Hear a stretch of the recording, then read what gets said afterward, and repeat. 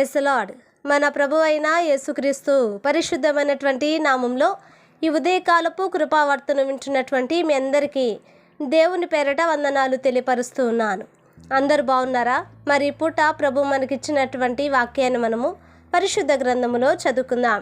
యెషయా గ్రంథము 41వ అధ్యాయము 13వ వాక్యాన్ని మనం చదువుదాం. యెషయా గ్రంథము 41వ అధ్యాయము 13వ వాక్యాన్ని మనం చదువుకుందాం.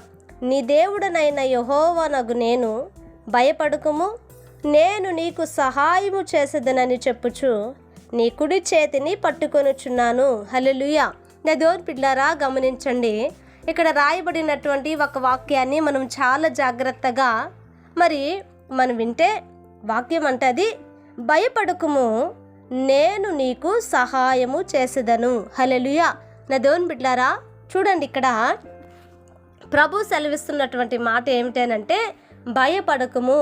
నిజమే కదండి నా దేవుని బిడ్డలారా. అనేకమైన విషయములలో మొట్టమొదట మనకు కలిగేది భయము.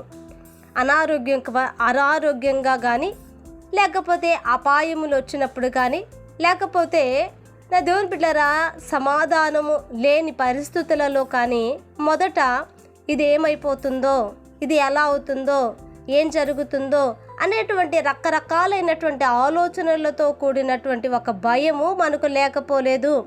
కానీ ఈరోజు దేవుని యొక్క వాక్యం ఏమంటుందంటే, భయపడకుము, నేను నీకు సహాయము చేసేదను. నా దేవుని బిడ్డలారా, ఆలోచన చెయ్యండి.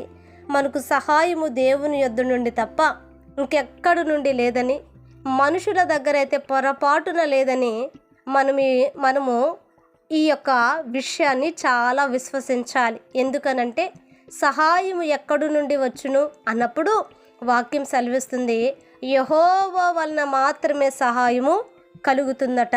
కనుక దేవుని సహాయము కంటే ఈ లోకములో ఉన్నటువంటి వ్యర్థమైనటువంటి సహాయములు మనకు అవసరం లేదండి. కనుక నా దేవుని బిడ్డలారా, గమనించండి.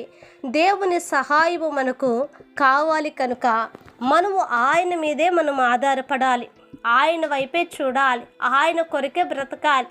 ఎందుకనంటే ఆయన సహాయమును మనము కోరుకుంటున్నాము కనుక, ఆయన తన ప్రజలకు సహాయము చేసే దేవునిగా మనము ఆయనకు ప్రజలముగా ఉండాలి. కనుక నా దేవుని బిడ్డలారా, భర్త విషయంలో కానీ, ఇంటి విషయంలో కానీ, ఆరోగ్యం విషయంలో కానీ, పిల్లల విషయంలో కానీ, లేకపోతే నీ భార్య యొక్క అనారోగ్యములో కానీ, రకరకాలుగా ఒకవేళ ఈ పరిస్థితుల మధ్యలో ఏదో ఒక విషయములో భయపడిపోతున్నావా? ఏదో ఒక సమస్య నిన్ను చాలా ఒత్తిడి తీసుకొని వస్తుందా? ఈరోజు వాక్యం అంటది, భయపడకుము. హల్లెలూయా. ఈరోజు భయపడుకు అని సెలవిచ్చినది మనుషుడు కాదు. నా దేవుని బిడ్డలారా, భయపడుకు అని సెలవిచ్చినది దేవాది దేవుడే. భూమి ఆకాశములను సృష్టించినటువంటి ఒక సృష్టికర్త నీతో చెప్తున్న మాట, భయపడకుము. కారణం ఏంటో తెలుసా? ఆయన నీకు సహాయము చేయబోతున్నాడు. ఆమేన్, హల్లెలూయా.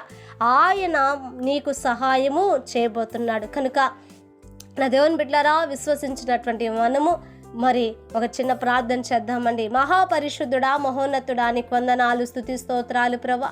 ఈ ఉదయకాలం ముందు నా తండ్రి, మీరు మాతో మాట్లాడినందుకు స్తోత్రాలు. నిజమేనైనా, భయపడకుము, నేను నీకు తోడై ఉన్నాను అని సెలవిచ్చిన దేవానికి స్తోత్రాలు. అవును నా ప్రభా, అయ్యా ఇదిగో కృప చూపించినందుకు నీకు స్తోత్రాలు.